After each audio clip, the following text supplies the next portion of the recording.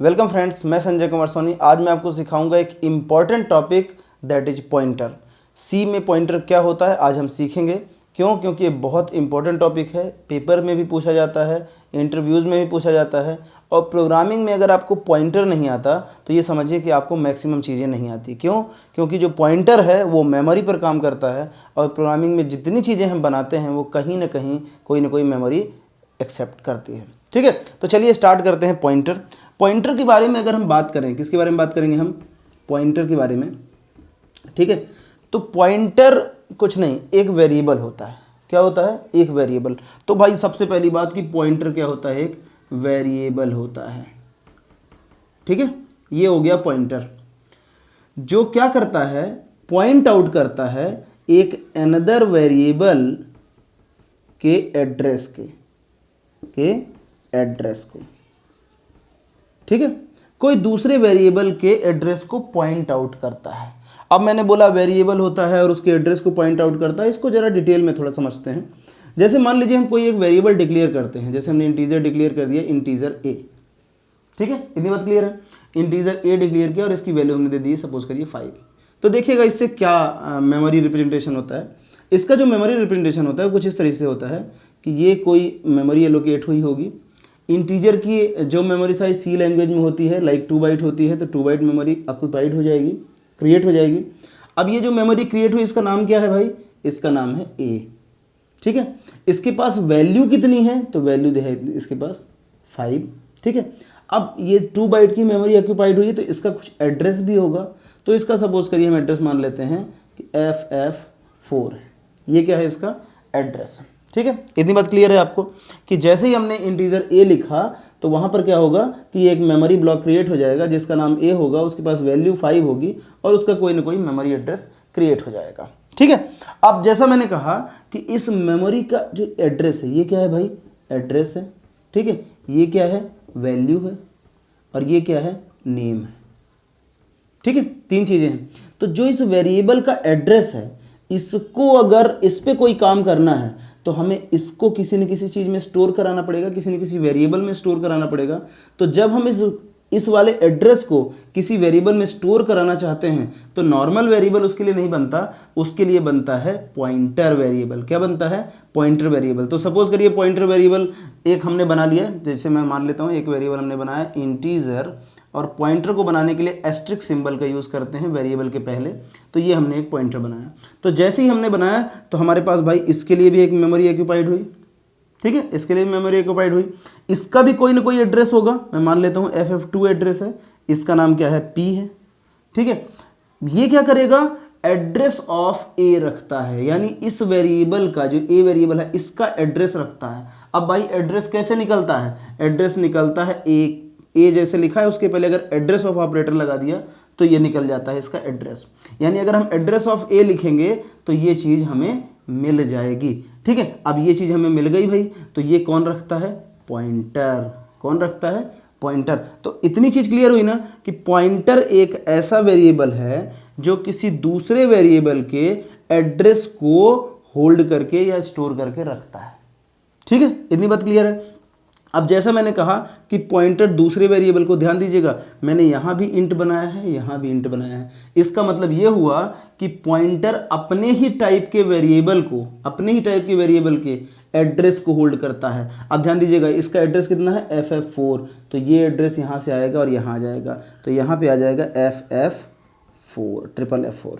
ठीक है, इतनी बात आप समझ गए होंगे कि पॉइंटर क्या होता है। इतना कंसेप्ट तो क्लियर है ना कि पॉइंटर क्या है? एक ऐसा वेरिएबल है जो उसी टाइप के वेरिएबल के एड्रेस को होल्ड करके रखता है। होल्ड मैं इसलिए बार बार बोल रहा हूं क्योंकि भाई ये रिलीज भी कर सकता है, इसे छोड़ भी सकता है, इसलिए होल्ड करके रखता है। और होल्ड करके रखने के लिए हम क्या करते हैं? एड्रेस ऑफ ए निकालते हैं और एड्रेस ऑफ ए निकाल करके, यानी एड्रेस ऑफ वेरिएबल का निकाल करके हम किसी भी पॉइंटर को दे सकते हैं। ठीक है, इतनी बात समझ गए आप? ये कंसेप्ट अगर आपको समझ में आया है तो वीडियो में बने रहिए, क्योंकि मैं जितनी चीज़ें अभी बताने वाला हूँ इस पूरे वीडियो में उसके नोट्स भी आपको प्रोवाइड करूँगा, तो आपको ये चीज़ें लिखने की ज़रूरत नहीं है। ओके,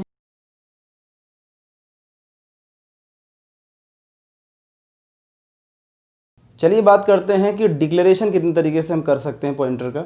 तो सी लैंग्वेज में अगर हम बात करें तो हम पॉइंटर को डिक्लेयर करते हैं। एक तो ये तरीका है, इन डेटा टाइप लिखा, इसके बाद एस्ट्रिक सिंबल और वेरिएबल का नाम, यानी जो वेरिएबल नाम लिखा है उसके जस्ट पहले एस्ट्रिक सिंबल लगा दिया। ठीक है, पहला तरीका ये है।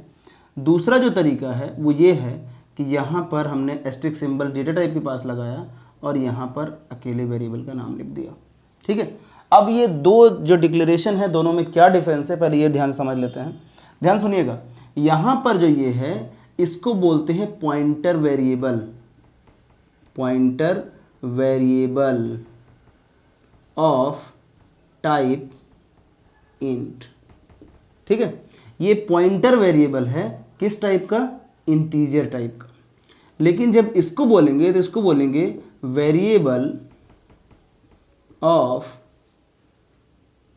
Integer pointer, integer pointer of type integer pointer. ठीक है, इतनी बात क्लियर है। तो ये जो दो डिक्लेरेशन हैं वो दोनों में डिफरेंस ये है कि ये पहले से ही पॉइंटर है जिसका टाइप इंटीजर है, और ये एक वेरिएबल है जो इंटीजर पॉइंटर का है। अब इन दोनों में आपको डिफरेंस अभी क्लियर नहीं हुआ होगा, तो चलिए इसको मैं थोड़ा डिटेल में समझा देता हूँ, आपको अच्छे समझ में आएगा। जैसे मान लीजिए कि ये यहाँ पे लिखा हुआ है इंटीजर ए और बी, ये दो वेरिएबल है। ठीक है, हम इसको दो बार लिख देते हैं ताकि दोनों का हम डिटेल में समझेंगे। ठीक है, पहला देखते हैं तरीका। पहले यहाँ पर हमने क्या किया, यहाँ पर एस्ट्रिक लगाया। क्या लगाया, एस्ट्रिक लगाया। ठीक है, यहाँ पर एस्ट्रिक लगाया और इसमें हमने डेटा टाइप के पास एस्ट्रिक लगाया। इन दोनों में डिफरेंस क्या होगा ये समझिएगा। इन दोनों में बेसिक डिफरेंस ये है कि इस केस में केवल और केवल जो ये पहला वेरिएबल है वही पॉइंटर है, दूसरा वेरिएबल पॉइंटर नहीं है। ठीक है, क्योंकि यहाँ पर इंटीजर जो है वो डेटा टाइप है और ये जो है पॉइंटर है। क्लियर है, इतनी बात समझ में आ गया। और ये नॉर्मल इंटीजर वेरिएबल है। लेकिन जब हम इसकी बात करते हैं तो ये दोनों ही पॉइंटर कहलाएंगे। दोनों ही क्या कहलाएंगे, पॉइंटर वेरिएबल कहलाएंगे। दोनों पॉइंटर वेरिएबल जैसे यूज होंगे। तो ध्यान दीजिएगा, दोनों के डिक्लेरेशन में जो डिफरेंस मैंने बताया है कि इस केस में आपको कितने भी वेरिएबल डिक्लेयर कर सकते हैं, अलग अलग टाइप के, अलग अलग टाइप इन द सेंस कि पॉइंटर वेरिएबल भी, नॉर्मल वेरिएबल भी। लेकिन इस केस में आप जितने वेरिएबल के नेम लिखते जाएंगे वो सभी के सभी क्या हो जाएंगे, पॉइंटर वेरिएबल हो जाएंगे। ठीक है, ये दोनों में डिफरेंसेस आपको आई होप समझ में आया होगा। अच्छा, जो अभी मैंने कंसेप्ट आपको बताया है उससे रिलेटेड मैं आपको एक प्रोग्राम भी बता देता हूँ ताकि आपको जितने भी पॉइंटर के कंसेप्ट हैं वो क्लियर हो जाएं। ओके,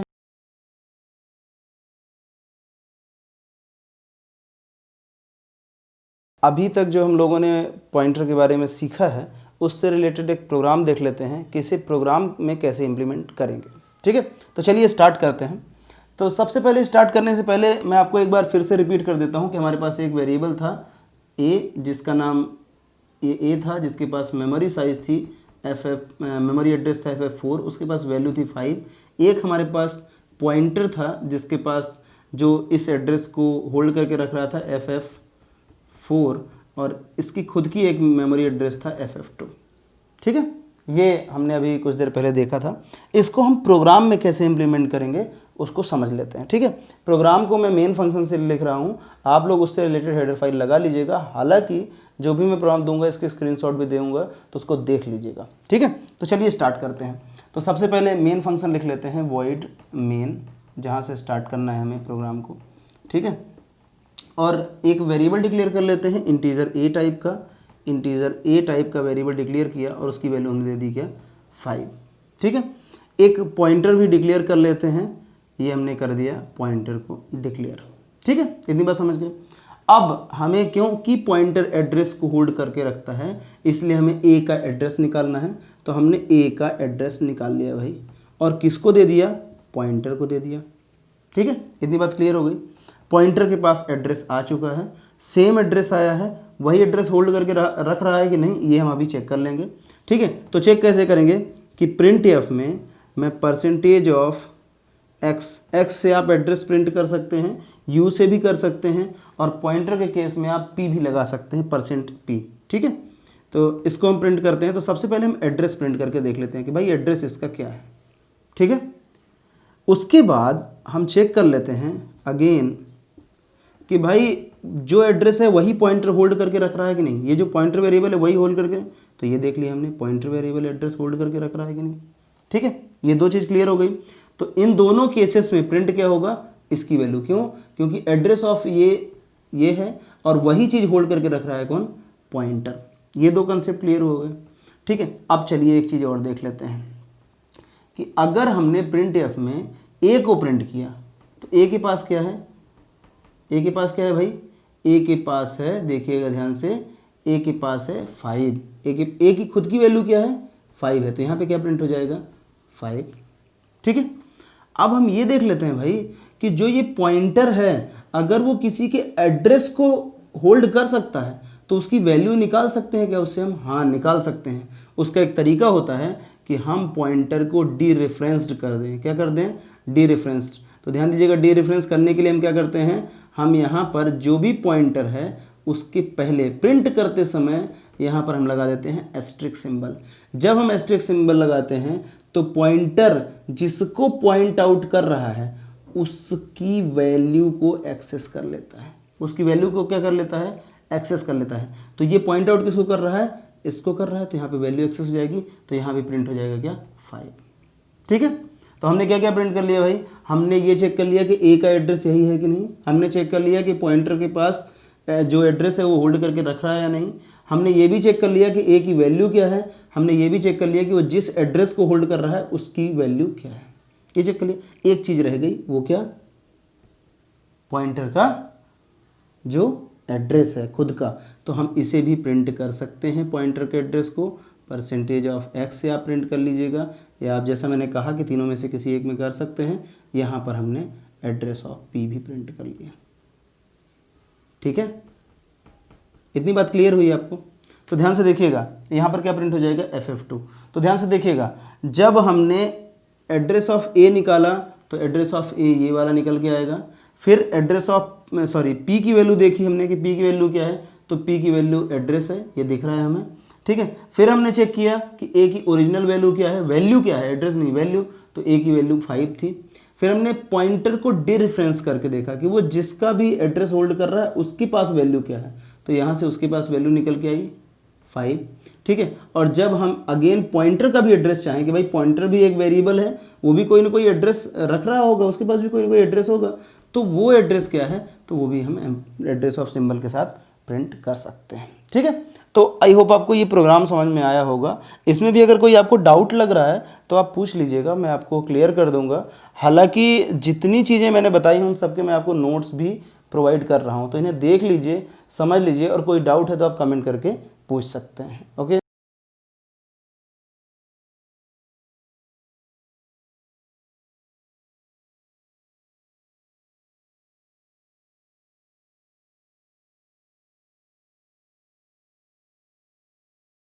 वीडियो आपको कैसा लगा कमेंट करके ज़रूर बताइए। वीडियो पसंद आया तो वीडियो को लाइक करना ना भूलें। इस चैनल के लिए नए हैं तो चैनल को सब्सक्राइब कर दें और उसके बाद बेल आइकन को प्रेस कर दीजिएगा। और अगर आपको ये वीडियो पसंद आया है तो इसे अधिक से अधिक शेयर करिएगा। Thank you so much.